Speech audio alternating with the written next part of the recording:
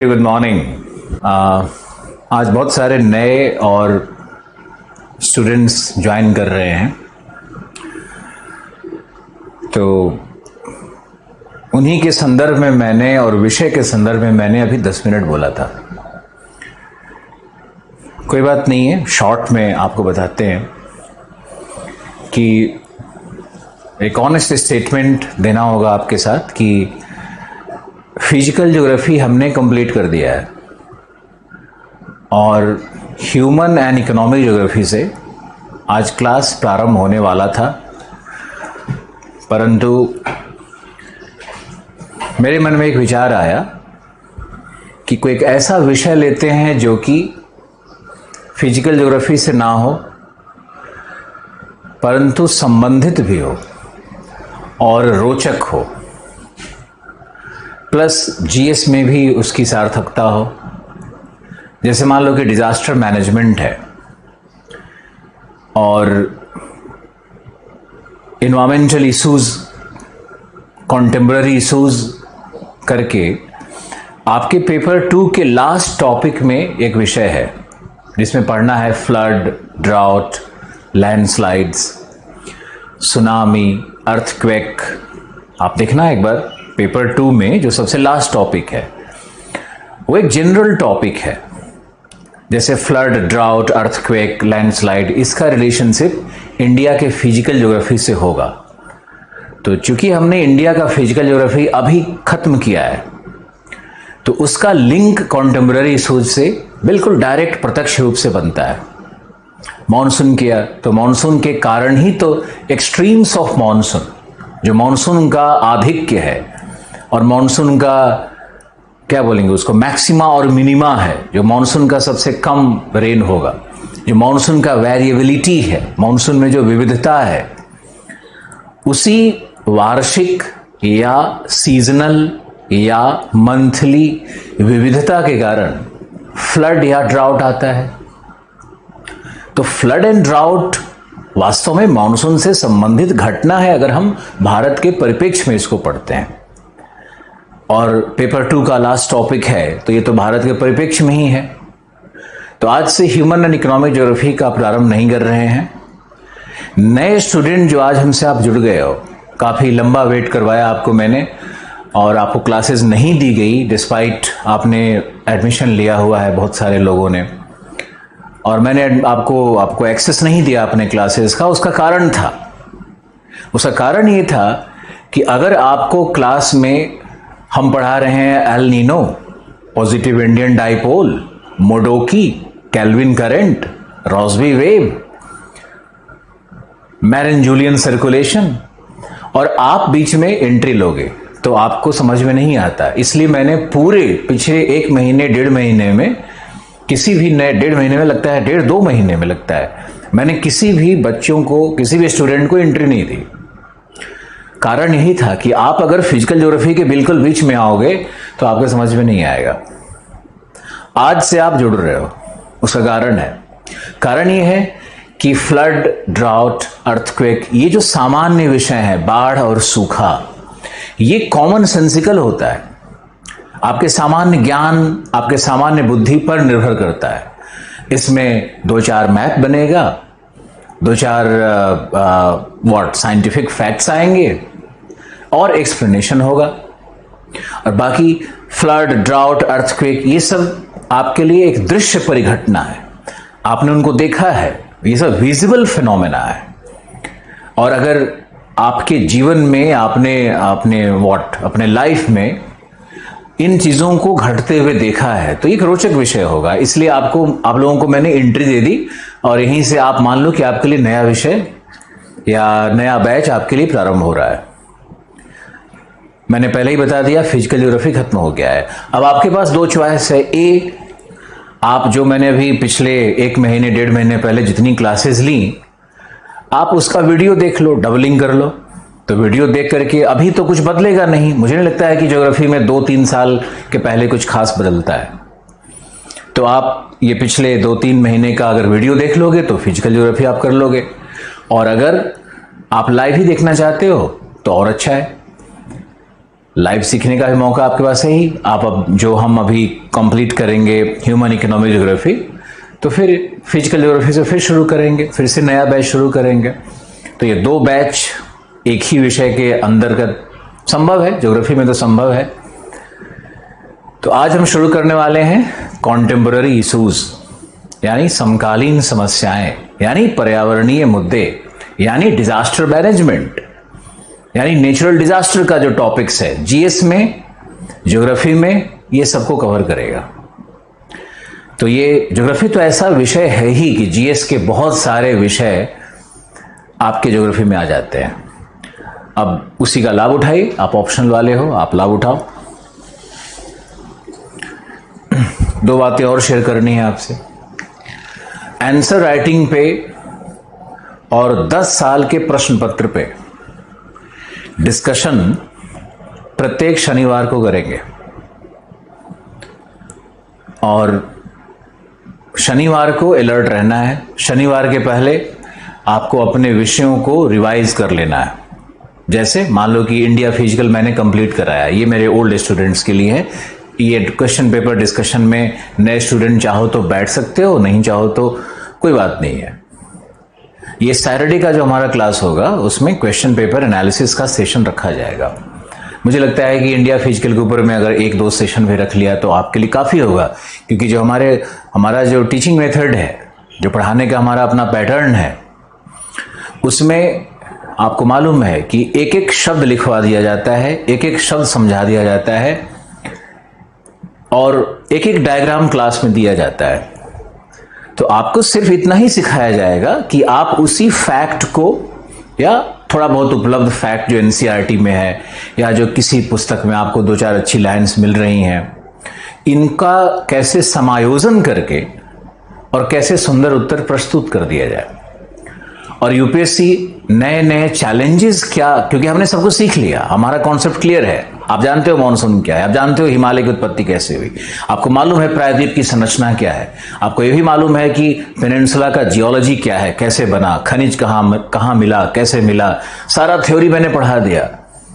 मुझे लगता है 40 क्लास से कम नहीं लगा मुझे इंडिया फिजिकल में। और कोई बात नहीं है, हमारा मेहनत और आपका जो प्रेम है, आपके अंदर में धैर्य है, वो बहुत मिलकर के कुछ अच्छा रिजल्ट देगा। और तुम्हारे लिए सबसे बड़ा एडवांटेज क्या है कि इंग्लिश मीडियम के सबसे अच्छी किताबों का सारा मटेरियल तुम्हारे पास, और बिल्कुल करंट मटेरियल चला गया। नासा के वेबसाइट का तुम एक्सेस नहीं कर सकते हो, आप डी स्कूल के मेंबर नहीं हो, आप जेएनयू के वेबसाइट के मेंबर नहीं हो, तो आपके पास वो चीज़ें एक्सेस नहीं हो सकती है जो मैंने आपको पढ़ाया, जो मैंने जिस डायमेंशन में मैंने आपको पढ़ाया। लेकिन यूपीएससी वहीं से पूछती है। यूपीएससी आजकल कोई किताब से नहीं पूछ रही है, यूपीएससी कोई हिंदी माध्यम के बुक से नहीं पूछने वाली है प्रश्न।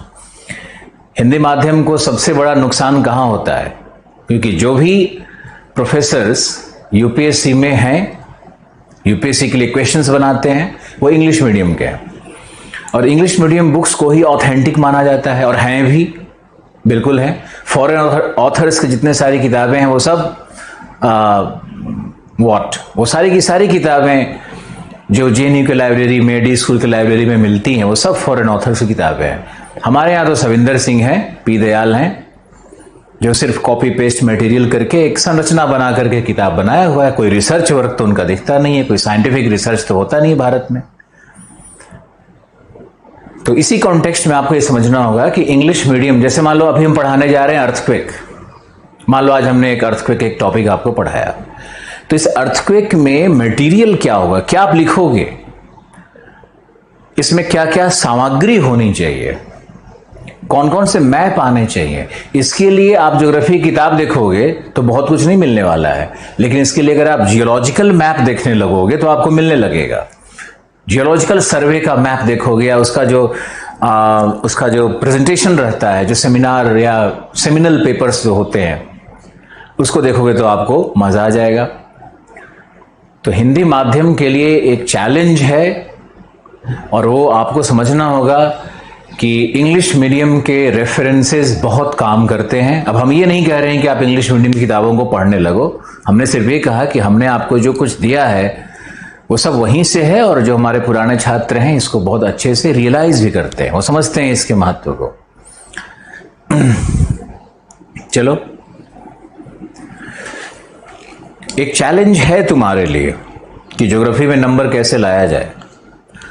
अब हमारा डिपार्टमेंट तो 500 नंबर का ही है ना। कई बार हिंदी माध्यम के स्टूडेंट लिखते हैं कि सर हम हिंदी माध्यम का रिजल्ट क्यों नीचे जा रहा है यूपीएससी में। नीचे यूपीएससी में जा रहा है, उसका एक बहुत मेजर फैक्टर होता है कि आप जीएस कैसे लिख रहे हो, निबंध कैसे लिख रहे हो, आप इंटरव्यू में कैसे बोल रहे हो। अब मैंने देखा है कि कई सारे इंटरव्यू का रिकॉर्डिंग्स करके और लोग वेबसाइट पे डालते रहते हैं। अब देखो, उसमें जो इंटरव्यू होता है उनका प्रतिरूप और जो वास्तव में आईएएस में इंटरव्यू होता है, दोनों में कोई साम्यता नहीं है, कोई साम्यता नहीं है। तो हिंदी वाले संस्थाएं तो खुद ही एक्सपोज हो जाती हैं, ये खुद ही एक्सपोज हो गई हैं। ऐसा लग रहा है ना, हिंदी माध्यम के जो संस्थाएं सब इंटरव्यू को डालती हैं वीडियो बना बना करके, उसमें ऐसा लगता है जैसे कि जो मजा ले रहा है, जो इंटरव्यू लेने वाला है वो मजा ले रहा है, इस सरकास्टिक क्वेश्चंस पूछ रहा है। ऐसा कुछ लगता ही नहीं है कि नॉलेज का फ्लो या कोई डिस्कशन हो रहा हो, जबकि यूपीएससी ऐसा नहीं है। मैंने इंटरव्यू दिया है, तो जो इंटरेक्शन होता है वो बहुत डिफरेंट लेवल का होता है। जैसे मान लो हमसे पूछा, ईशावास्य उपनिषद का एक श्लोक पूछ दिया। मेरा हॉबी सब में था, संस्कृत में अभिरुचि और भारत के संस्कृति में अभिरुचि। तो ईशावास्य उपनिषद का एक श्लोक पूछ दिया। अब उस पर प्रॉपर डिस्कशन हुआ था। क्यूराइल आइलैंड पे पूछा तो उस पर प्रॉपर डिस्कशन हो रहा था। अब देखो, यही सब चीजें कुछ होती हैं जो कि आप लोगों को बहुत गहराई से समझने की आवश्यकता है, लेकिन क्या करें, हमारा रोल बहुत लिमिटेड है आपके लाइफ में। एक ऑप्शनल का टीचर, आपके लिए तो ऑप्शनल के टीचर है ना अभी, तो ऑप्शनल के टीचर होने के नाते तो आपका 500 का ही कवरेज होगा, और हमसे आप मैक्सिमम ले पाओगे तो 300, 305, 307, 310 यही आया है पिछले साल भी ज्योग्राफी ऑप्शनल लिखने वाले को। हालांकि सिलेक्शन नहीं हुआ, मयंक नाम था, नाम उसका हम लेते ही रहते हैं क्योंकि और नंबर तो आया है ज्योग्राफी में, लेकिन इंटरव्यू में कितना नंबर आया, एसे में कितना नंबर आया, जीएस में कितना नंबर आया, ये सब मैटर कर जाता है। तो हम लोग कई बार मान लेते हैं कि विषय का दोष है। विषय का कोई दोष हो ही नहीं सकता है। जो विषय पीटी में ज्योग्राफी एंड एनवायरनमेंट करके 25-30 क्वेश्चन, 40 क्वेश्चन तक दिलवाता है, उसका दोष कैसे हो सकता है। तुमको एक छोटा सा फैक्ट बताते हैं, कई बार बताया है, नए लोग भी जुड़े हुए हैं इसलिए हम आत्मविश्वास दिलाने के लिए जरूर बता देंगे। और ये बात आप लोगों को ध्यान में रखनी भी चाहिए कि अगर हम मान लें कि ज्योग्राफी से 30,000 लोग एग्जामिनेशन में अपीयर होते हैं, अगर हम ऐसा मान लेते हैं कि देखो ज्योग्राफी है ना, ये मान लो ज्योग्राफी विषय है, तो ज्योग्राफी ऑप्शनल के साथ अगर मान लो कि 30,000 लोग अपीयर करते हैं, किसमें, पीटी में, तो लगभग 2800 से 3200 लोग क्वालिफाई कर जाते हैं। 2800 से 3200 लोग क्वालिफाई कर जाते हैं। यही तुम देखोगे। अब सब लोग मेरे पीछे मत पड़ जाना कि हिंदी लिटरेचर की बुराई कर रहे हैं। हिंदी लिटरेचर को इसलिए लिया जा रहा है यहाँ पे एग्जाम्पल के तौर पे क्योंकि हिंदी लिटरेचर लेने वालों की संख्या बहुत बढ़ गई है और हमारे पुराने ज्योग्राफी के स्टूडेंट भी हिंदी लिटरेचर की तरफ शिफ्ट कर गए हैं। हालांकि उनको एडवांटेज होगा, अगर लिटरेचर में अच्छा स्कोर कर लिया तो है ही, और ज्योग्राफी तो पहले से है ही। लेकिन जो बच्चे सीधे हिंदी लिटरेचर लेकर के आ रहे हैं, कबीरदास, सूरदास, रामदास में लग जाते हैं, वो भावनात्मक बातें और कविता और कहाँ कहाँ वो प्रवेश कर जा रहे हैं, यूपीएससी से बिल्कुल डेविएट कर जा रहे हैं। लिटरेचर आपके ब्रेन को जिस भावनात्मक जोन में पहुंचाएगा वहां पर फिर यूपीएससी के लिए सुटेबिलिटी नहीं होती है, चाहे कोई लिटरेचर हो। हिंदी लिटरेचर के बहुत बड़े फैन हैं, लेकिन सत्य यही है। अब मान लो हिंदी लिटरेचर से भी आज के रेट में 30,000 ही लोग फॉर्म भर रहे हैं भाई पीटी से, और यहां पे देखोगे तो यहां पे 280 लोगों का सिलेक्शन ही हुआ है। ये पीटी नहीं क्वालिफाई कर रहे हैं, ये तो सत्य है। पीटी कैसे क्वालिफाई करेगा? अगर लिटरेचर में ही फंस गया तो पीटी कैसे क्वालिफाई करेगा?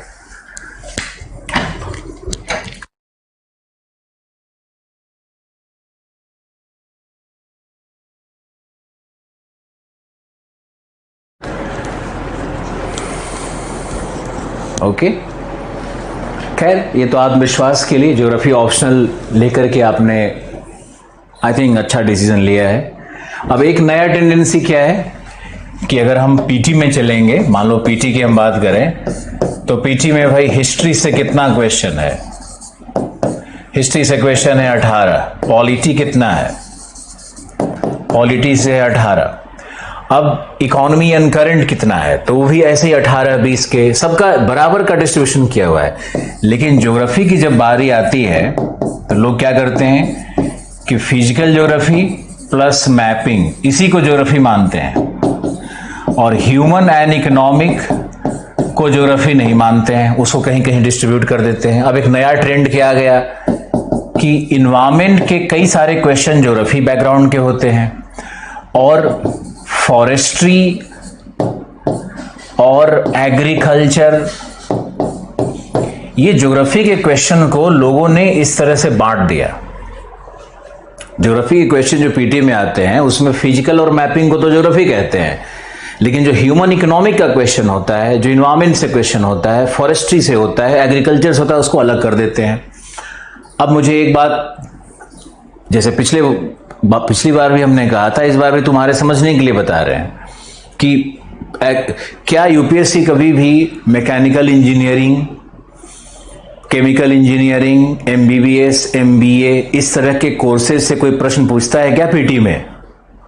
जवाब दो। जो लोग इस तरह का बनाते हैं उनसे जवाब पूछो कि क्या इस तरह के प्रोफेशनल कोर्सेज से कभी प्रश्न बनाया जाता है? बिल्कुल नहीं, कभी नहीं बनाया जाता है। तो जब कोर्स नहीं बनाया जाता है तो फिर फॉरेस्ट्री भी तो स्पेशलाइज्ड कोर्स है, एग्रीकल्चर भी स्पेशलाइज्ड कोर्स है, तो फिर इन्वायरमेंटल साइंस भी स्पेशलाइज्ड कोर्स है, जो एमएससी इन्वायरमेंट होता है। बीएससी में तो इन्वायरमेंटल साइंस है ही नहीं। अब तुम देखो कि इतने, वास्तव में क्या है कि एग्रीकल्चर, फॉरेस्ट्री, इन्वायरमेंट जैसा कुछ खास सेक्टर नहीं है। साइंस एंड टेक का कुछ पार्ट होता है जो इन्वायरमेंट से मैच करता है, और ज्योग्राफी का कुछ पार्ट होता है जो इन्वायरमेंट से मैच करता है। तो इन्वायरमेंट के क्वेश्चंस को या फॉरेस्ट्री, एग्रीकल्चर के क्वेश्चंस को, विशेष करके इन दोनों को ज्योग्राफी से अलग करके दिखाना, ये बहुत ही घातक है। अभी हम आप लोग को एग्रीकल्चर ज्योग्राफी पढ़ाएंगे, तो आप लोग देखना कि एग्रीकल्चर ज्योग्राफी में, या हमने आपको बायो ज्योग्राफी पढ़ाया तो क्या हमने सॉइल इरोजन नहीं पढ़ाया? सॉइल इरोजन का जितना मैकेनिज्म था सब नहीं पढ़ाया? अब सॉइल इरोजन से क्वेश्चन आ गया तो, या लैंड रिक्लेमेशन से क्वेश्चन आ गया, या सैलिनिटी कल ही पढ़ाया सॉइल में कि भाई सैलिनिटी को कैसे रिक्लेम करते हैं। तो ये सब जो हम पढ़ाए जा रहे हैं, ये क्वेश्चन अगर पीटी में आ जाए तो बाकी लोग तो कहेंगे ज्योग्राफी का नहीं है जी, ये तो इन्वायरमेंट का हो गया।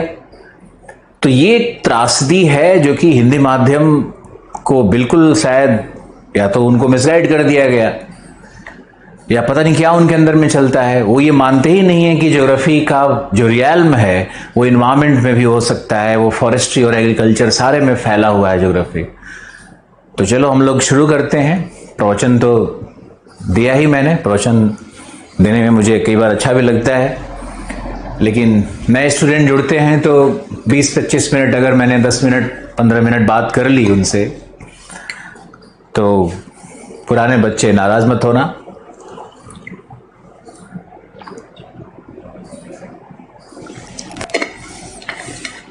सुप्रीम कोर्ट ने एक बड़ा इंटरेस्टिंग शब्द यूज किया है आप लोगों के लिए। आप लोगों को सुप्रीम कोर्ट मानती है कि आप लोग स्टूडेंट नहीं हो, हम लोग तो बच्चा मानते हैं, क्योंकि जिस तरह का क्या व्हाट जो इनोसेंस है आप लोगों के अंदर में, तो बच्चा ही वाला भाव आता है। लेकिन रियलिटी क्या है कि सुप्रीम कोर्ट कहती है कि जो यूपीएससी का तैयारी कर रहा है, जो ग्रेजुएट हो चुका है, वो पब्लिक सर्वेंट है। उसको हम लोग नहीं मान सकते हैं कि वो स्टूडेंट है। तो आप स्टूडेंट नहीं हो, आप पब्लिक सर्वेंट हो, सुप्रीम कोर्ट ऑफ इंडिया। चलो, हैविंग सेड दैट, अपने विषय पे आते हैं और कोशिश करते हैं कि ऐसा विषय हो कि, तो हम लोग आज शुरू करेंगे समकालीन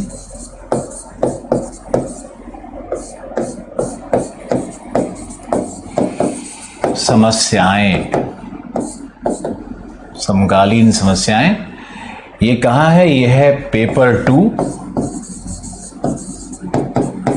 पेपर 2 में है, ये सबसे लास्ट सेक्शन है ना? सेक्शन नंबर 10 होगा शायद, ये सेक्शन 10 समकालीन समस्याएं।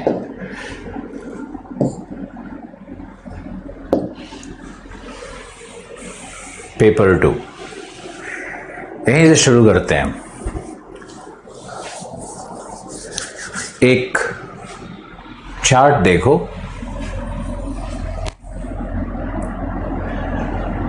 एनवायरमेंट यानी पर्यावरण। आप लोगों को अब लिखना है, मुंह नहीं दिखना है। पर्यावरण, पर्यावरण में 2 कंपोनेंट होंगे, बायोटिक और दूसरा होता है एबायोटिक यानी अजैविक और जैविक। और ये होता है एनवायरमेंट हमारा, है ना? और इसमें आउटपुट और इनपुट को भी दर्शाओ, आगत और निर्गत। किन चीजों का? ऊर्जा का, एनर्जी का इनपुट, एनर्जी का आउटपुट, ये होते रहता है। और पर्यावरण में अगर बायोटिक कंपोनेंट्स को देखोगे तो बायोटिक कंपोनेंट में तो एक बहुत ही इंपॉर्टेंट फैक्टर कौन है? मैन।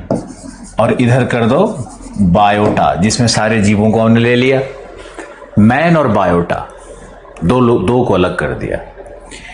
ए बायोटिक में अगर आप जाओगे तो मेनली होगा लैंड, वाटर और एयर। इस डायग्राम को बनाओ, क्योंकि ज्योग्राफी का अर्थ क्या है? जियो प्लस ग्राफी, यानी वह विषय जो ग्राफिक्स पे आधारित है। Study of the earth on the basis of graphical presentation.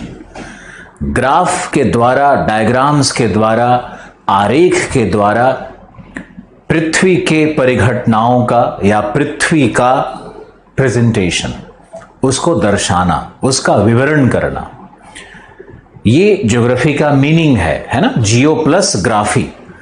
तो कोई भी विषय जैसे ही शुरू होता है, ज्योग्राफी में ग्राफिकल प्रेजेंटेशन वहीं से शुरू होता है। और मुख्य परीक्षा में बहुत अच्छे मार्क्स लाने का पहला फॉर्मूला यही है, जिसको ध्यान से सुनो, क्योंकि नेक्स्ट सैटरडे से आंसर राइटिंग करवाएंगे।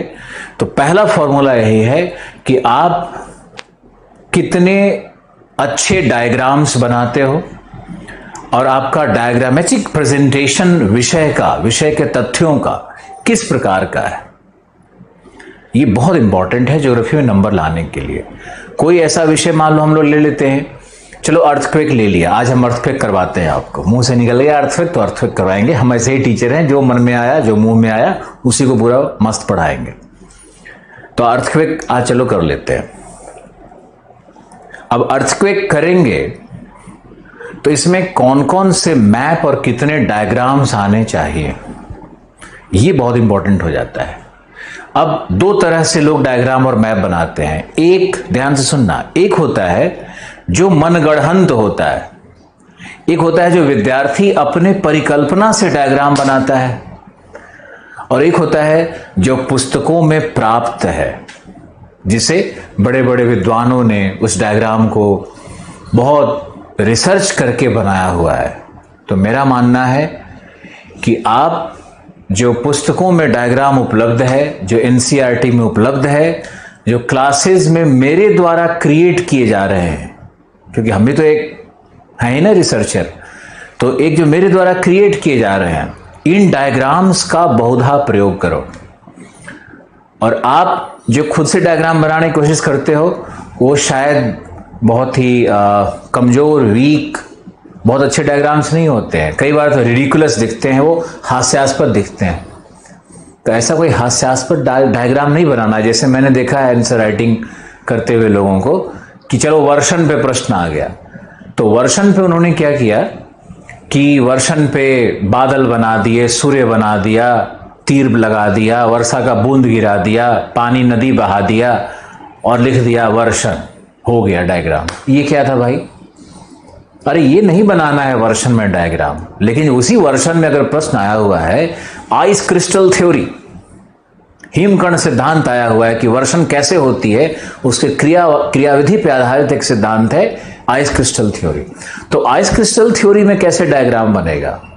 उसमें आइस क्रिस्टल थ्योरिस्ट जो हैं बर्जरॉन, उन्होंने ही एक डायग्राम बनाया हुआ है, तो उनका डायग्राम क्यों ना बनाया जाए? तो उनके डायग्राम को ही सिंप्लीफाई करके बनाना, यही आपका कर्तव्य है। आप मेरी बात गांठ बांध लो। और खुद से ज्यादा क्रिएटिविटी दिखाने की बहुत जरूरत नहीं है ज्योग्राफी में। मुझे नहीं लगता है कि यूपीएससी में कहीं भी बहुत ज्यादा क्रिएटिविटी दिखाने की जरूरत है। आप मुझे एक बात का जवाब दो, अगर प्रश्न 200 शब्द में लिखने हैं, 150 शब्द में लिखने हैं, तो आपकी क्रिएटिविटी क्या होगी? आपको तो उस प्रश्न का डायरेक्ट उत्तर देना है ना। तो उस प्रश्न से संबंधित तथ्यों को, अपने नॉलेज को प्रेजेंट करना है और सुंदर शब्दों में करना है, डायग्राम्स के माध्यम से करना है। इतना ही तो है। तो बहुत सारे हिंदी माध्यम के टीचर्स मैंने देखा है, हिंदी की सभाओं में, जीएस में पढ़ाया है मैंने, तो टीचर्स आते हैं और कहते हैं कि भाई खुद से लिखो, स्वदीपो भवा, पता नहीं क्या क्या कहां से बोलने लगते हैं। खुद से लिखो और खुद से क्रिएट करो, तो ये बहुत डिफिकल्ट हो जाता है। बहुत सारे क्वेश्चंस तो आप जो ऑप्शनल में होंगे वो तो डायरेक्ट आप लिख सकते हो, और जीएस में भी करंट से इतना रिलेटेड पूछता है, अब तो ऑप्शनल ही पूछता है कि करंट्स का जो इंफॉर्मेशंस तुम्हारे पास है उसी को लिखो। और वहां जाके क्रिएट करने के चक्कर में तो फिर अब क्वेश्चन आया हुआ है पंचायती राज में, तो तुम क्रिएट क्या करोगे? उसमें तो उसकी सफलता विफलता पर जो फैक्ट्स हैं उसको लिखना ही होगा, तभी जीएस में नंबर आएगा। कोई भी लिख सकता है कि पंचायती राज विफल हो गया क्योंकि ये कारण है, वो कारण है। अरे ये बकवास नहीं चलता है। ये चलेगा तो 10 में तुमको 3 नंबर देगा, 4 नंबर देगा, फेल कर जाओगे। ये कथा तो सबको लिखने आती है ना, समझो आप हमारी बात को। लेकिन वही अगर कोई लिखेगा केस स्टडी और फैक्ट के साथ, लिखेगा कि पंचायती राज मध्य प्रदेश में इस क्यों सफल हुआ, तो वहां के 5 डिस्ट्रिक्ट का नाम, वहां पे जो पंचायत में जो काम हुए उनका कुछ डिस्क्रिप्शन केस स्टडी बना करके डालेगा, तभी पता चलेगा। खैर जो भी है, तो ये है हमारा पर्यावरण। इसको मैंने डायग्राम से प्रेजेंट कर दिया। अब पर्यावरण की परिभाषा नहीं लिखाएंगे, क्योंकि पर्यावरण भूगोल नहीं पढ़ा रहे हैं आपको पढ़ाना है समकालीन समस्याएं। तो समकालीन समस्याओं में यहां देखो, मैन एज ए फैक्टर यहां आ गया, इन्वायरमेंट में मैन है, बायोटा है। बायोटा में 2 चीजें होती है, एक तो होता है वेजिटेशन, वनस्पति, और दूसरा होता है एनिमल किंगडम। Animal kingdom. तो कंपोनेंट्स क्या है पर्यावरण के, इसको आप देख सकते हो और ये डायग्राम बना सकते हो। यूजफुल डायग्राम है। कहीं भी इन्वायरमेंट पे कोई प्रश्न आता है तो आप इसको डाल सकते हो। क्वेश्चन की नीड को समझना। अब चलते हैं और देखते हैं कि नेचुरल डिजास्टर क्या है, क्योंकि आपका डिजास्टर मैनेजमेंट एक जीएस में विषय है, तो इसको हम इलेबोरेट कर देते हैं, इसका विस्तार कर देते हैं। सबसे पहले होता है इन्वायरमेंटल स्ट्रेस। शब्द है, अंग्रेजी शब्द से घबराना नहीं, यह है पर्यावरणीय दबाव, या इसको तनाव भी मुझे एक जगह मिला, समझ में नहीं आता है कि हिंदी में क्या लिखें। तो इन्वायरमेंटल स्ट्रेस है। इन्वायरमेंटल स्ट्रेस कुछ समय के बाद इसका अगर मैग्नीट्यूड बढ़ेगा, इसका परिमाण बढ़ेगा, तो इन्वायरमेंटल स्ट्रेस ही जन्म देता है इन्वायरमेंटल हैजार्ड्स को। इन्वायरमेंटल हैजार्ड्स को जन्म देगा। और इन्वायरमेंटल हैजार्ड्स जो है वो जन्म देता है नेचुरल डिजास्टर को, या डिजास्टर दोनों तरह का हो सकता है, तो हम नेचुरल क्यों लिखें, मैन मेड भी तो आएगा इसमें, डिजास्टर। और यही डिजास्टर फिर जाकर एक कन्वर्ट हो जाता है, तो इसको हम लोग कहते हैं ह्यूमन कैटेस्ट्रॉफ। ह्यूमन कैटेस्ट्रॉफ, ये ह्यूमन कैटेस्ट्रॉफ बन जाएगा। इन्वायरमेंटल स्ट्रेस, इन्वायरमेंटल स्ट्रेस से इन्वायरमेंटल हैजार्ड, इन्वायरमेंटल हैजार्ड से डिजास्टर, और डिजास्टर से ह्यूमन कैटेस्ट्रॉफ। अब इन्वायरमेंटल स्ट्रेस क्या है, जैसे इसमें थोड़ा एक एग्जांपल देते हैं। इन्वायरमेंटल स्ट्रेस कैसे हो सकता है, तो एक हो सकता है नेचुरल कॉजेज, प्राकृतिक कारक। एक होता है मानव जनित कारक, मानव जनित कारक, एंथ्रोपोजेनिक और प्राकृतिक कारक। नेचुरल कॉज में क्या होगा, जैसे मान लो कि sun spot activity, sun spot, El Nino, La Nina, ये जो होता है ये इन्वायरमेंटल स्ट्रेस को क्रिएट करेगा, क्योंकि मौसम संबंधी परिवर्तन करेगा और मानव रहे न रहे ये अपीयर जरूर होंगे, ये प्रकट होते रहते हैं। सन स्पॉट साइकिल चलता रहेगा, तो हाई सन स्पॉट है, वैक्सिंग सन स्पॉट है, वेनिंग सन स्पॉट है, यानी सौर्य कलंक इसको कहते हैं ना, सौर्य कलंक की जो दशा है उससे पृथ्वी पर आने वाले तापमान में निरंतर परिवर्तन होता है। तो इससे भी इन्वायरमेंटल स्ट्रेस, क्योंकि पृथ्वी के जो क्रियाएं हैं, जो विशेष करके वायुमंडलीय क्रियाएं हैं, मौसम संबंधी जो क्रियाएं हैं, उनको ये ट्रिगर करता है या स्लो करता है, तो इन्वायरमेंटल स्ट्रेस क्रिएट होगा। यानी नॉर्मल से कोई किसी भी प्रकार का अगर डेविएशन हो रहा है तो एक प्रकार का इन्वायरमेंटल स्ट्रेस है। मान लो कि दिन का तापमान होना चाहिए, या एक प्रदेश का तापमान होना चाहिए, या शिमला का तापमान होना चाहिए 16 डिग्री सेंटीग्रेड ग्रीष्म काल में, लेकिन वहां पर हो रहा है 24 डिग्री तापमान, तो इसका मतलब है कि इन्वायरमेंटल स्ट्रेस है। अब इन्वायरमेंटल स्ट्रेस वहां पर क्यों हो रहा है, क्योंकि वहां का जो वनस्पति है, वो वहां का जो जैव समुदाय है, वहां का जो बायोटा है, वो 16 डिग्री सेंटीग्रेड के लिए उसकी एडेप्टेबिलिटी है, उसकी अनुकूलता 16 डिग्री के लिए है। लेकिन हो रहा है वहां पर 24 डिग्री तापमान, ग्रीष्म काल वहां पर काफी सीवियर हो रहा है, गहन हो रहा है। इसका मतलब है कि वो एरिया, वो क्षेत्र, वहां का पर्यावरण इन्वायरमेंटल स्ट्रेस के अंदर में है।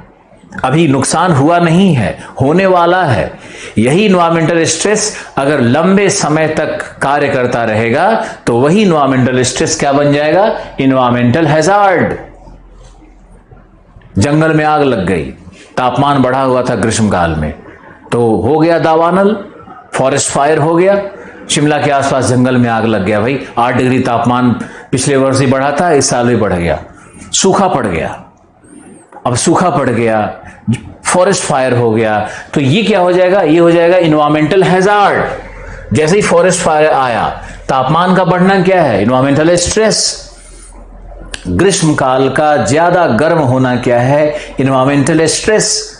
इन्वायरमेंटल स्ट्रेस का मतलब क्या है कि जो मीन है, जो माध्य है, जो नॉर्मल है, जो सामान्य है, उससे डेविएशन, डेविएशन यानी उससे पृथक। डेविएशन का हिंदी पता नहीं क्या होता है, उससे अलग कुछ हो रहा हो, सामान्य से डिविएट कर रहा हो, विसंगतियां, उसको सिंपली विसंगतियों के रूप में तुम देख सकते हो। तो हम लोग इन्वायरमेंटल स्ट्रेस से पहले अगर कॉज में जाएंगे तो यहां पे आ जाएगा इन्वायरमेंटल एनेमोलीज, यानी जो इन्वायरमेंटल एनेमोलीज हैं वही उत्पन्न करते हैं इन्वायरमेंटल स्ट्रेस को। जो इकोसिस्टम है, जो माउंटेन इकोसिस्टम है शिमला का उदाहरण हमने ले लिया, तो शिमला का जो माउंटेन इकोसिस्टम है वो इकोसिस्टम स्ट्रेस में आ गया। क्यों आ गया? विसंगतियों के कारण। कौन सी विसंगतियां? जैसे तापमान का ग्रीष्मकाल में ज्यादा बढ़ना या शीतकाल में बहुत ज्यादा बर्फ पड़ना, मीन से, वहां के माध्य से ज्यादा, तो ये विसंगति है। इसके कारण वहां का जो पर्यावरण है वो स्ट्रेस में आ जाता है। स्ट्रेस का मतलब क्या हुआ कि जो डायनामिक एंड फ्लक्चुएटिंग इक्विलिब्रियम है, जो होम्योस्टैटिक बैलेंस है जैव और अजैव के बीच में, जो संतुलन है, जो जैविक संतुलन है, जो पर्यावरणीय संतुलन है, उसका विभंग हो रहा है। उसी को हम लोग साइंटिफिक लैंग्वेज में क्या कहते हैं? Homeostatic balance. और होम्योस्टैटिक बैलेंस क्या है? Dynamic and fluctuating equilibrium. वो साम्यावस्था का विभंग हो जाता है वहां पर, जो जीव जीव के बीच में है, जो वनस्पति जीव के बीच में है ना। तो आपको ये समझना होगा पहले कि ये रिलेशनशिप क्या है इनका। जब इन रिलेशनशिप को समझने लगोगे तो नेचुरल डिजास्टर में अंदर जाके पढ़ने में तो मजा ही आएगा, लेकिन कॉन्सेप्ट समझना बहुत जरूरी होता है। तो हमने आपको समझाया कि इन्वायरमेंटल एनोमलीज होंगे, विसंगतियां होंगी, उससे इन्वायरमेंटल स्ट्रेस क्रिएट होगा। अब इन्वायरमेंटल स्ट्रेस को हमने दो वर्गों में बांट दिया। पहला है नेचुरल कॉज, सनस्पॉट एक्टिविटीज के कारण ज्यादा सूर्यातप आ रहा है। पहले लोग ये मानते थे कि सनस्पॉट जब आता है तो सूर्य के सतह पे ठंडे केंद्र बनते हैं और पृथ्वी पे सूर्यातप की मात्रा घटेगी। ऐसा सत्य नहीं है। सत्य यह है कि सनस्पॉट जब आता है तो पृथ्वी पर सूर्यातप की मात्रा बढ़ जाती है। और सनस्पॉट से ही संबंधित क्रियाएं हैं अल नीनो, ला नीना, ये मैंने आपको समझाया पिछले क्लासेस में। तो अल नीनो और ला नीना के आने का कारण, और अल नीनो और ला नीना के आने के कारण जब ये प्रकट हो जाते हैं तब कैसे विसंगतियां और उत्पन्न होने लगती है, और कहीं फ्लड, कहीं ड्राउट, कहीं कोल्ड वेव, कहीं हीट वेव। कहीं हीट वेव यानी गर्म हवाएं चल रही है, तो कहीं पर शीतलहर चल रही है। यूरोप में गर्म हवाएं, कनाडा में शीतलहर, यूएस में शीतलहर, इस तरह की घटनाएं घटने लगती है। क्वींसलैंड के पास अतिवर्षा, बाढ़ आ गया भाई क्वींसलैंड के ऊपर में, ला नीना। इंडोनेशिया में अल नीनो में आने में फॉरेस्ट फायर। तो ये सारी विसंगतियां जो है वही इन्वायरमेंटल स्ट्रेस को दर्शाती है। अब इसमें एंथ्रोपोजेनिक कार्य हो सकता है। जैसे एंथ्रोपोजेनिक कार्य में क्या हो सकता है? पॉल्यूशन। एक तो सूर्यातप की मात्रा सनस्पॉट के कारण बढ़ गई, और दूसरा मानव के द्वारा पॉल्यूशन, और विशेष करके पॉल्यूशन के अंदर जाओगे तो फिर वो पार्टिकुलेट पॉल्यूशन, जो ठोस, पार्टिकुलेट मतलब जो ठोस कण हम लोग ऐड कर रहे हैं, या green house gas GHG, green house gas या पार्टिकुलेट पॉल्यूशन जो हम लोग ऐड कर रहे हैं, उसी के कारण तो पर्यावरण में तापमान और बढ़ता चला जाएगा। तो एक तो सूर्यातप के कारण, सूर्यातप के बढ़े हुए मात्रा के कारण, सनस्पॉट के कारण तापमान बढ़ गया। और दूसरा शिमला का ही उदाहरण लेते हैं। शिमला में जितना ट्रैफिक आ रहा है, जितना मोटर व्हीकल्स आ रहा है, जितने इंडस्ट्रीज लग रहे हैं शिमला में, जितना वहां का पॉपुलेशन ग्रो कर रहा है, जितना अर्बनाइजेशन वहां पर हो रहा है, जनसंख्या बढ़ रही है, नगरीकरण हो रहा है, तो इसके कारण क्या है कि वहां पर इन्वायरमेंटल स्ट्रेस के साथ साथ पॉल्यूशन और पार्टिकुलेट पॉल्यूशन, ठोस कण का पॉल्यूशन, और ग्रीन हाउस इफेक्ट भी बढ़ रहा है। तो अब क्या होगा कि जब नेचुरल कॉज और एंथ्रोपोजेनिक कॉज दोनों जब कंबाइन कर जाएगा तो क्या हो जाएगा? वो इन्वायरमेंटल हैजार्ड में तब्दील हो जाएगा। क्यों हो जाएगा? क्योंकि एंथ्रोपोजेनिक क्या करता है कि ये accelerates the rate of accelerates the rate, ये एक्सिलरेट कर देता है, त्वरण उत्पन्न कर देता है, त्वरण उत्पन्न कर देता है। किसमें? प्राकृतिक क्रियाओं में। मान लो कि शिमला में प्राकृतिक रूप से तापमान मान लो 6 डिग्री 8 डिग्री बढ़ गया एक समर में, लेकिन अब वहां पर ग्रीन हाउस इफेक्ट भी किया हुआ है, अब वही तापमान 12 डिग्री बढ़ गया।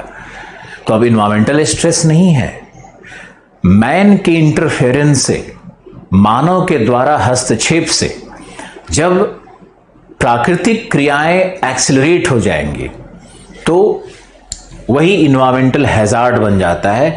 अब शिमला में तापमान बढ़ने के कारण वहां पे चारों तरफ ड्राउट का सिचुएशन हो गया है, हाइड्रोलॉजिकल ड्राउट आ गया है, जलीय सूखा आ गया है, वहां का भूमिगत जल खत्म हो रहा है, सतही जल खत्म हो रहा है, वर्षा का अभाव हो गया है, वृक्ष सूखने जा रहे हैं, फैमीन स्ट्राइक कर रहा है। फैमीन, फैमीन यानी शायद सूखा, दुर्भिक्ष, हिंदी में दुर्भिक्ष, दुर्भिक्ष अटैक कर रहा है।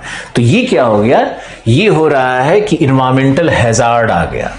तो इन्वायरमेंटल हैजार्ड में हम लोग इसको इसी घटना के क्रम को अगर लेकर के चलें तो यहां पर हो गया सूखा, और यही सूखा जब फैमीन में परिणत हो गया, फैमीन में परिणत हो गया तो ये हो जाएगा डिजास्टर। ये हो गया डिजास्टर, चारों तरफ सूखा पड़ गया। फैमीन है दुर्भिक्ष, अब सूखा पड़ने से दुर्भिक्ष आता है। दुर्भिक्ष क्या है, फैमीन क्या है, आपको आर्थिक भूगोल में पढ़ाया जाएगा। दुर्भिक्ष वह दशा है जिसमें सिर्फ जलीय सूखा नहीं है, जलीय सूखा के साथ साथ एग्रीकल्चर ड्राउट भी आ गया, फसल भी खत्म हो गया, पानी भी खत्म, फसल भी खत्म, वृक्ष खत्म हो रहे हैं, चारों तरफ दुर्भिक्ष, अकाल की जो स्थिति होती है, आर्थिक संकट उत्पन्न हो गया। तो वो फिर क्या हो जाता है? वह है डिजास्टर। और जब आर्थिक संकट, पर्यावरणीय संकट सब जब मिल जाएगा तो फैमीन जाकर के फिर बदल जाता है ये सिविल वॉर, सिविल वॉर, या ये बदल जाएगा लार्ज स्केल माइग्रेशन और death of kettles, death of humans, death of children. ये फैमीन कन्वर्ट हो जाता है सिविल वॉर में, गृह युद्ध में। अब ये क्या हो गया? ये तो ह्यूमन कैटास्ट्रॉफ हो गया, ये विनाशकता का दृश्य दिखेगा तुमको। तो आप इसके लिंक को समझो, और अगर लिंक समझ में आ रहा है तो मुझे जल्दी से यस लिख करके भेजो ताकि इस टॉपिक को और हम अच्छे से इलेबोरेट कर सकें। सबसे पहले क्या था? इन्वायरमेंटल एनोमलीज, विसंगतियां उत्पन्न होती है। विसंगतियों से क्या बनता है? इन्वायरमेंट में स्ट्रेस आता है। इन्वायरमेंटल स्ट्रेस से क्या होगा? हैजार्ड बनेगा। हैजार्ड क्या है? डिजास्टर में कन्वर्ट होगा, और डिजास्टर कन्वर्ट हो जाएगा ह्यूमन कैटास्ट्रॉफ में। साफ दिख रहा है यहां पर कि प्राकृतिक कारक है, सूर्यातप का मात्रा बढ़ गया, और उसमें जब हमने पॉल्यूशन और ग्रीन हाउस इफेक्ट को ऐड कर दिया तो ये कंबाइन करके जो वहां प्रोसेसेस थे, प्राकृतिक क्रियाएं हैं, जो विनाश की क्रियाएं हैं, उसमें एक्सेलरेशन हो गया। अपर्दन है तो अपर्दन का दर बढ़ गया, इवेपोट्रांसपिरेशन है, वाष्पी वाष्पोत्सर्जन की क्रिया है उस क्षेत्र से, तो वाष्पी वाष्पोत्सर्जन की क्रिया और बढ़ गई, तापमान ज्यादा हमने बढ़ा दिया, तो ये इन्वायरमेंटल हैजार्ड हो जाएगा। हैजार्ड क्या हो गया? सूखा। सूखा क्या कन्वर्ट करेगा? फैमीन में, और फैमीन फिर कन्वर्ट कर जाता है। डिजास्टर क्या है? जब आपको विनाश लीला दिखनी शुरू हो गई। और ह्यूमन कैटास्ट्रॉफ का मतलब होता है जब आप संपूर्ण विनाश ही देख रहे हो। पिछले लगभग 50 वर्ष में अब ह्यूमन कैटास्ट्रॉफ नहीं दिखता है। ये अब नहीं दिखता है क्योंकि हम लोगों ने यहां पर क्या कर दिया? डिजास्टर मैनेजमेंट कर दिया। हम लोगों ने आपदा प्रबंधन कर दिया। यही आपदा है, प्राकृतिक आपदा हो, जैसे भी आपदा हो, आपदा का प्रबंधन कर दिया। इसलिए अब ह्यूमन कैटास्ट्रॉफ नहीं होता है।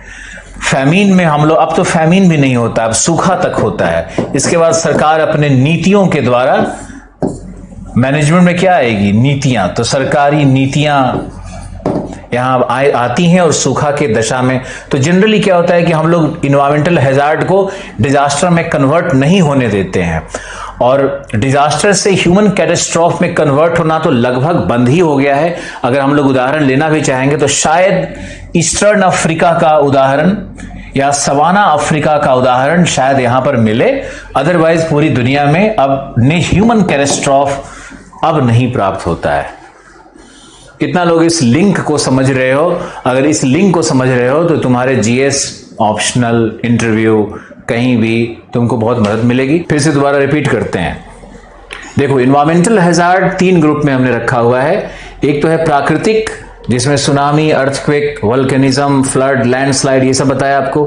दूसरा है मानव जनित, जिसमें हमने बताया एपिडेमिक्स, महामारी, जैसे अभी कोविड चल रहा है, ये एक प्रकार का हैजार्ड और डिजास्टर चल रहा है।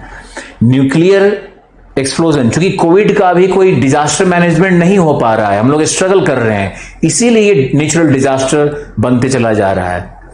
अब देखो, न्यूक्लियर एक्सप्लोजन को मैंने यहां लिखा, जैसे फ्रांस ने न्यूक्लियर एक्सप्लोजन कर दिया समुद्र में, भारत भी न्यूक्लियर एक्सप्लोजन करता है, तो न्यूक्लियर प्लांट से बहुत leakages of nuclear material, radiation, leakages of gases, ये सब होने लगता है। तो ये सब जब होने लगेगा, शायद हमारी आवाज रुक गई थी बीच में, कोई बात नहीं है। एक और मैंने यहां पर ऐड किया है सिविल स्ट्राइफ। सिविल स्ट्राइफ का मतलब क्या है? जैसे वही सिविल वॉर शुरू हो गया, ट्राइबल वॉर शुरू हो गया, अंगोला में, कॉन्गो में, रवांडा में, बुरुंडी में, अफ्रीका के बहुत सारे ट्राइबल स्टेट्स में, नाइजीरिया में, वहां पे लगातार सिविल स्ट्राइफ का सिचुएशन बना हुआ रहता है। पश्चिम एशिया में आईएसआईएस का कारनामा तुमको पता ही है, फिर पैलेस्टाइन, इजराइल का, तो इन सबको हम लोग ज्योग्राफी के अंदर में, ये सब हैजार्डस है, लेकिन ये एंथ्रोपोजेनिक हैजार्ड है, एंथ्रोपोजेनिक आपदा है, मानव जनित आपदा के अंतर्गत आएगा। और तीसरा वर्ग मैंने एक बताया जिसको हमने लिखा है सोशियो इन्वायरमेंटल हैजार्ड। 3 प्रकार का हो गया। तीसरा क्या बताया हमने? Socio environmental. सोशियो इन्वायरमेंटल का मतलब है कि जो नेचुरल कॉजेस, प्राकृतिक कारक प्लस मानव जनित कारक, दोनों के मिश्रण से बने, दोनों के कंबाइंड फोर्स से बने, वो सोशियो इन्वायरमेंटल यानी सामाजिक पर्यावरणीय आपदा है। सामाजिक पर्यावरणीय आपदा क्या है? जो प्राकृतिक और मानव जनित दोनों कारकों के संयोग से बने। ओके, यहां देखो, तो एल नीनो का मैंने एक उदाहरण लिया। अब एल नीनो सामान्य रूप से एक प्राकृतिक घटना ही है। एल नीनो मानव उत्पन्न नहीं करता है, लेकिन मानव उसको एक्सेलरेट कर सकता है, और एल नीनो के कारण, मानव के द्वारा ग्लोबल वार्मिंग करने के कारण एल नीनो बहुत खतरनाक हो सकता है।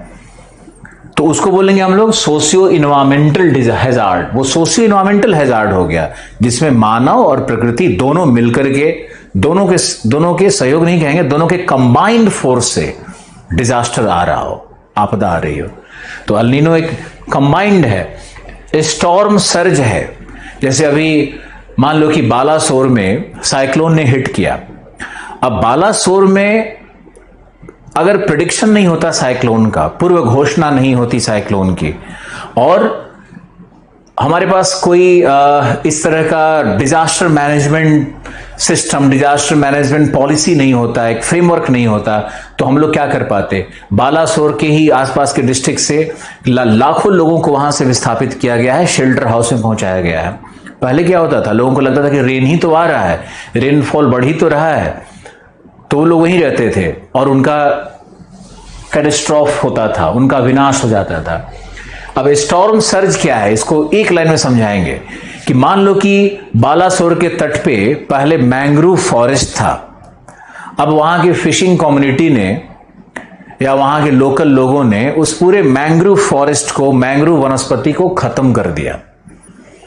अब वहां पर जो तूफान उठेंगे तो उनके गति को अवरोधित करने के लिए, ऑब्स्ट्रक्ट करने के लिए, उसके पावर को रिड्यूस करने के लिए, इमैसिएट करने के लिए कोई दूसरी शक्ति नहीं है, कोई साधन नहीं है। तट बिल्कुल नंगा हो गया। अब जो स्टॉर्म सर्ज है, जो तूफानी तरंगे उठ रही है वहां पर, तो तूफानी तरंगे वहां पर बिल्कुल जाइगेंटिक विशाल बन जाती हैं, क्योंकि उनके फोर्स का कोई रिटार्डेशन नहीं हो रहा है, फोर्स का मंदन करने वाला कोई अब वहां पर प्राकृतिक कोई बैरियर नहीं है, कोई अवरोधक नहीं है। इसलिए ये स्टॉर्म सर्ज अब प्राप्त होगा। तो स्टॉर्म सर्ज क्या है?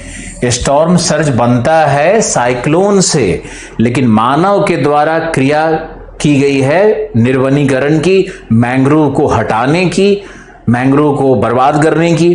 तो मानव और साइक्लोन दोनों के क्रियाओं को मिलकर के जो डिजास्टर बनता है, उसी को हम लोग सोशियो इन्वायरमेंटल डिजास्टर या सोशियो इन्वायरमेंटल हैजार्ड कहते हैं। ये आपके समझ में आया कि नहीं? मुझे यस या नो लिख करके बताइए। पहले ये बताना आपको बहुत जरूरी है।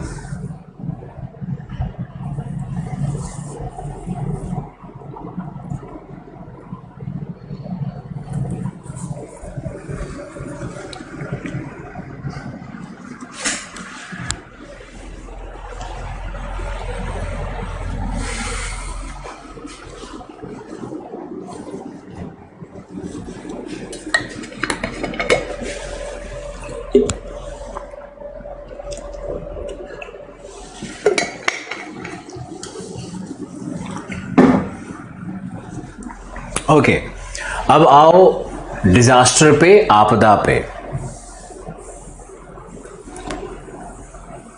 इसको हटा रहे हैं स्पेस के लिए। आपके डायग्राम्स में ये पूरी तरह से चमकना चाहिए। और ये जो डिजास्टर है, डिजास्टर का फिर से वर्गीकरण करेंगे।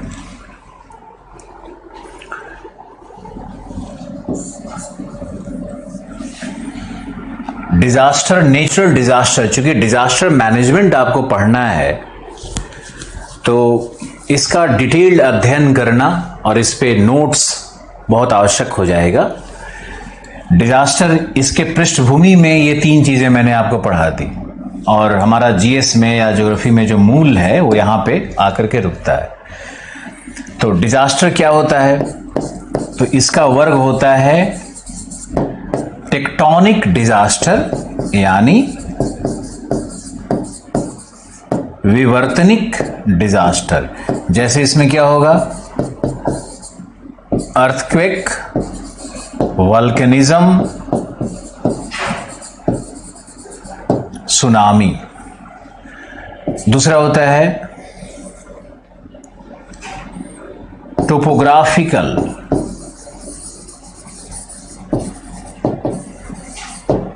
यानी स्थलाकृतिक, स्थलाकृतिक डिजास्टर। एक होता है टेक्टोनिक डिजास्टर, दूसरा होता है स्थलाकृतिक डिजास्टर। स्थलाकृतिक डिजास्टर में जैसे होगा लैंडस्लाइड, भूस्खलन, लैंडस्लाइड यानी भूस्खलन। और दूसरा होगा एवलांस, यानी हिमस्खलन। इसमें और भी हो सकता है, जैसे लिक्विफैक्शन, इसमें बहुत कुछ हो सकता है। यहां लिख देते हैं नीचे में।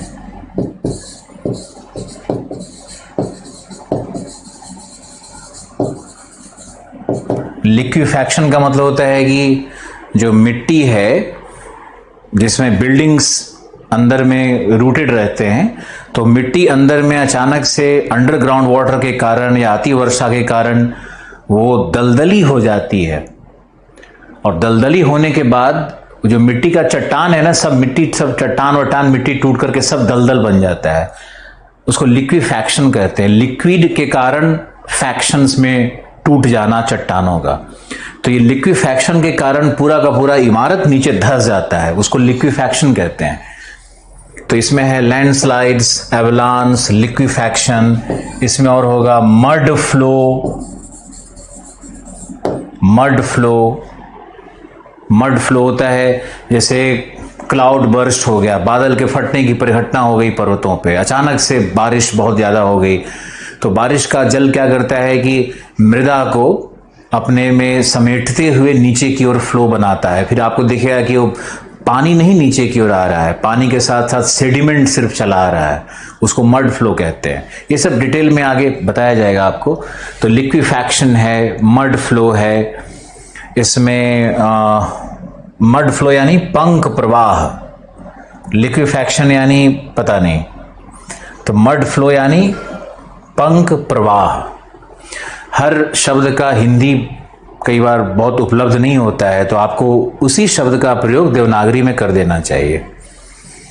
तो आप इसको पंख प्रवाह के रूप में लिख सकते हो। और भी होता है कॉन्जेली फ्लक्शन, सोली फ्लक्शन, लिस्ट तो लंबा हो सकता है। कॉन्जेली फ्लक्शन, कॉन्जेली फ्लक्शन, कॉन्जेली फ्लक्शन भी एक प्रकार का आपदा हो सकता है जहां पे ढाल तीव्र होगा।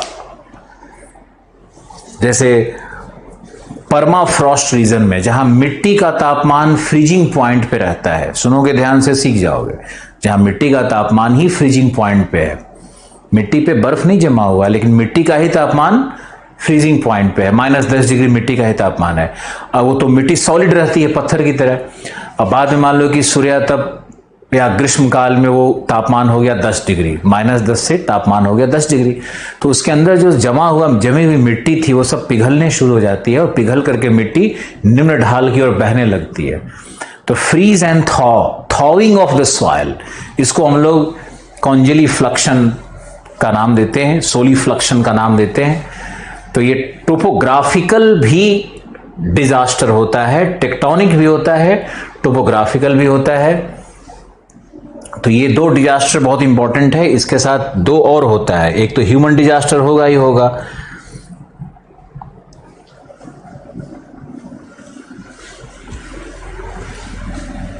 एक होता है इन्फेस्टिक। एक तो मैंने ह्यूमन आपको बताया ना, एक ह्यूमन भी इसमें लिख लो, एक होगा ह्यूमन मेड डिजास्टर। जैसे मान लो कि इसमें वही आएगा न्यूक्लियर एक्सप्लोजन। न्यूक्लियर एक्सप्लोजन क्या है? एक प्रकार का ह्यूमन मेड डिजास्टर है। या फैमीन, दुर्भिक्ष, दुर्भिक्ष भी मैन मेड है। प्रकृति तो ड्राउट देती है, दुर्भिक्ष हम लोग कर देते हैं।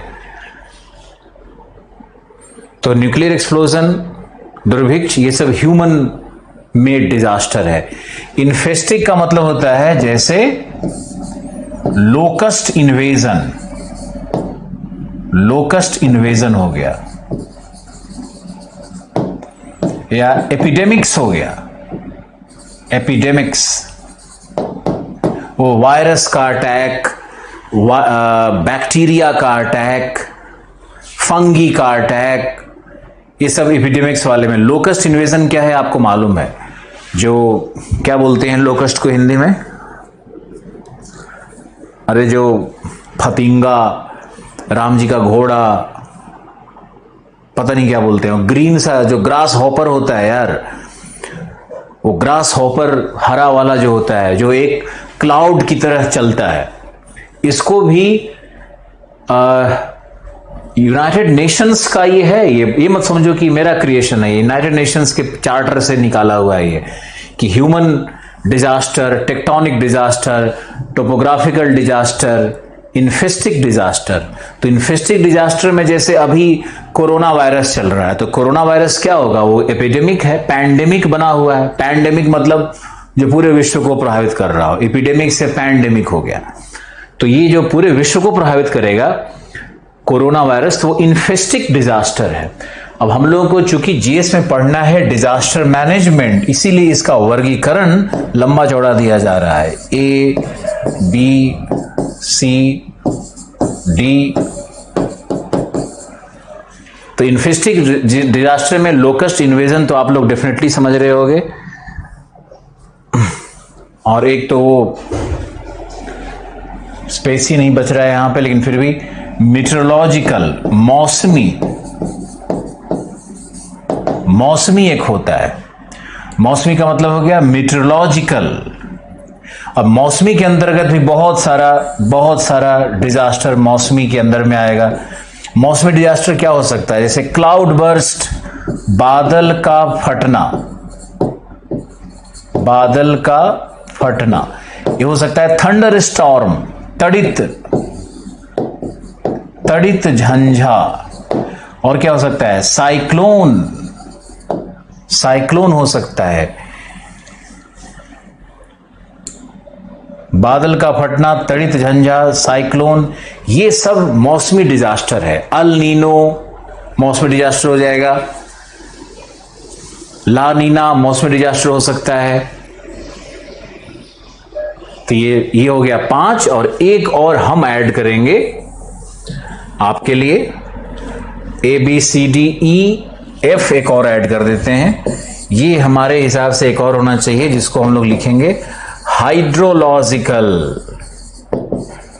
Hydrological disaster.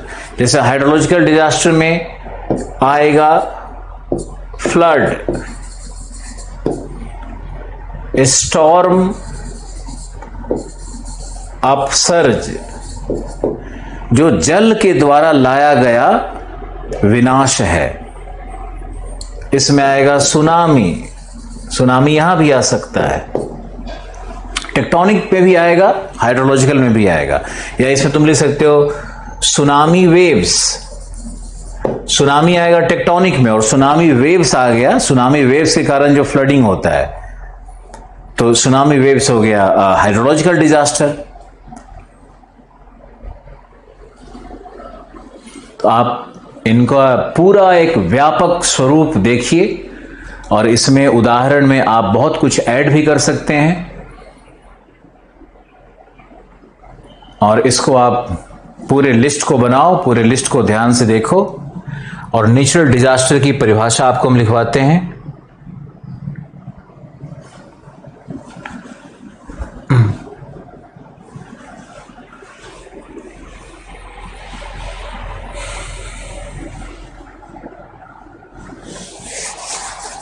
हो गया, ये चार्ट बन गया। हो गया तो जल्दी से यस लिखो, और नेचुरल डिजास्टर का या डिजास्टर का अर्थ बताते हैं आपको।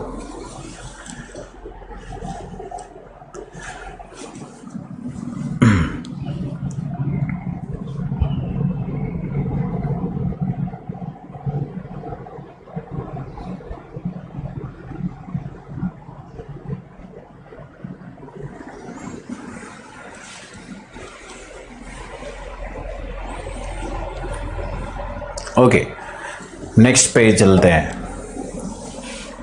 डिजास्टर,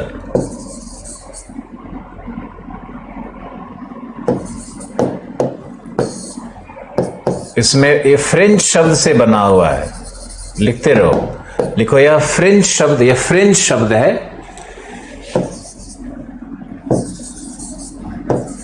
इसमें 2 शब्द है, इससे डिजास्टर बना हुआ है। डेस मीनिंग, डेस का मतलब होता है बैड, और एस्टर मतलब होता है तारा, स्टार। बड़ा इंटरेस्टिंग है, बैड स्टार, बैड स्टार। क्या था ना कि एंशियंट टाइम में, पुराने जमाने में लोग आसमान देखते थे और कुछ कुछ विचित्र तारा को देख करके प्रेडिक्शन करते थे कि ये तारा अपीयर हो गया है, मतलब हमारे देश में कोई न कोई बड़ी दुर्घटना होने वाली है, कोई न कोई विनाश का कांड होने वाला है। ऐसा लोग मानते थे, तारों को, ग्रहों को, नक्षत्रों को देख करके, और कुछ न कुछ उसी के आधार पर ज्योतिष का भी विकास हुआ है। कितना सत्य है, अर्ध सत्य है, पूर्ण सत्य है, मुझे नहीं मालूम, लेकिन डिजास्टर शब्द बना है इसी से। अब डिजास्टर का अर्थ क्या है, इसको आप लिखिए, लिखो। डिजास्टर का अर्थ है, डिजास्टर का अर्थ है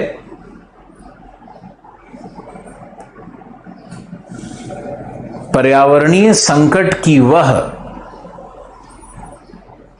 पर्यावरणीय संकट की वह एक्सट्रीम कंडीशन, वह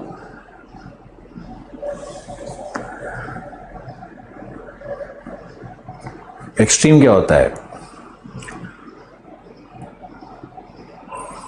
वह भयावह दशा, भयावह लिख सकते हो कि वह भयावह दशा जिसमें आर्थिक, सामाजिक, संरचनात्मक, जिसमें आर्थिक, सामाजिक, संरचनात्मक एवं पर्यावरणीय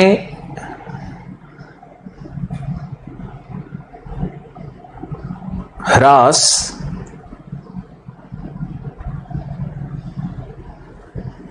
का दर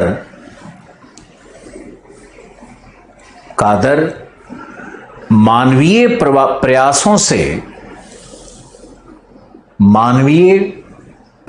से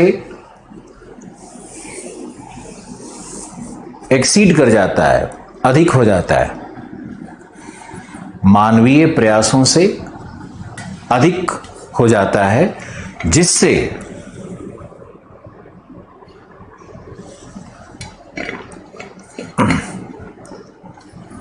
मानव कल्याण एवं प्रगति में व्यवधान उत्पन्न होता है,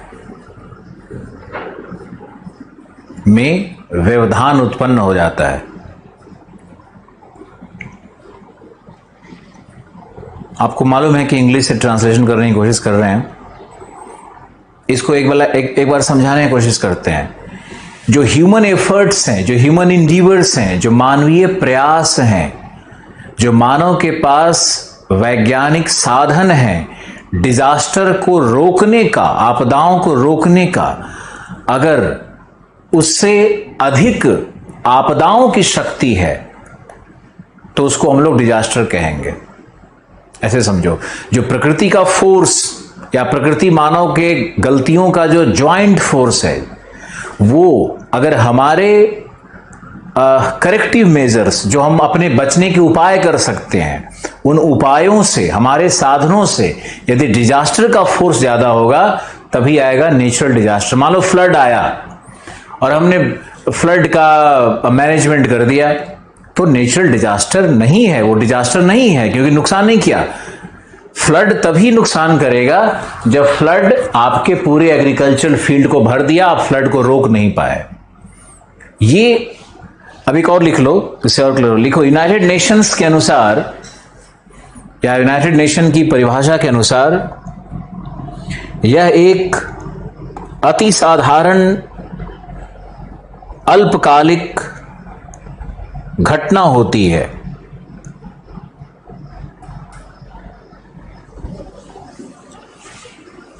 अति साधारण अल्पकालिक घटना होती है जो देश के आर्थिक, सामाजिक,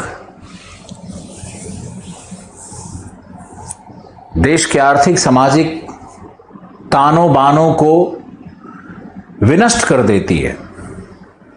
ये वर्ल्ड बैंक का है, वर्ल्ड बैंक का, यूएन का नहीं है, सॉरी, ये वर्ल्ड बैंक का है। जो देश के आर्थिक संरचना को, ताना बाना की जगह संरचना को, देश के आर्थिक संरचना को विनष्ट कर देती है। इसमें दो शब्द बहुत इंपॉर्टेंट है, त्वरित, अल्पकालिक, अचानक आएगा, आकस्मिक है, और देश के आर्थिक तंत्र को यह विनाश करता है। उसको वर्ल्ड बैंक कहता है कि यह नेचुरल डिजास्टर है। तो वर्ल्ड बैंक का डेफिनेशन मैंने आपको लिखवाया। पहला एक सामान्य था, पहला डेफिनेशन क्या था हमारा, कि मानव के प्रयासों, मानव के साधनों से अधिक यदि शक्ति हो किसी प्राकृतिक आपदा की, किसी प्राकृतिक फोर्स की जो विनाश कर रहा हो, आर्थिक रूप से, सामाजिक रूप से, हर रूप से मानव कल्याण को, जो प्रगति को रोक रहा हो, उसको हम लोग डिजास्टर कहेंगे। दूसरी परिभाषा वर्ल्ड बैंक की है, जिसमें कहा त्वरित है, अल्पकालिक है और प्रघातक है, और व्हाट, और इकोनॉमी को डिसरप्ट कर देती है। वर्ल्ड बैंक है तो इकोनॉमी पे सीधे चली गई, इकोनॉमी पे डिसरप्ट करती है। तीसरा आप लिख सकते हो यूनाइटेड नेशंस वाला भी लिखो। यूनाइटेड नेशंस के अनुसार प्राकृतिक आपदा, यूनाइटेड नेशंस के अनुसार प्राकृतिक आपदा एक आकस्मिक और दुर्भाग्यशाली घटना है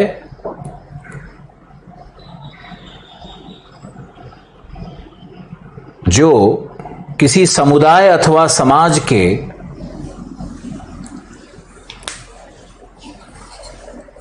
किसी समाज अथवा समुदाय के, कम्युनिटी ऑफ द सोसाइटी, किसी समाज अथवा समुदाय के नॉर्मल फंक्शनिंग को, सामान्य गतिविधियों को अवरुद्ध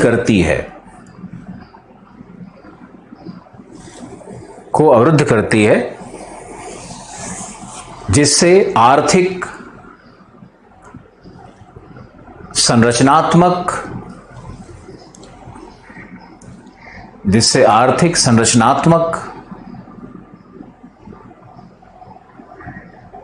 एवं पर्यावरणीय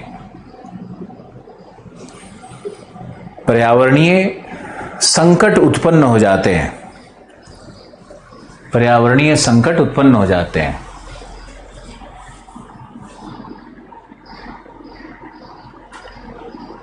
तो ये है डिजास्टर। नेचुरल डिजास्टर क्या है?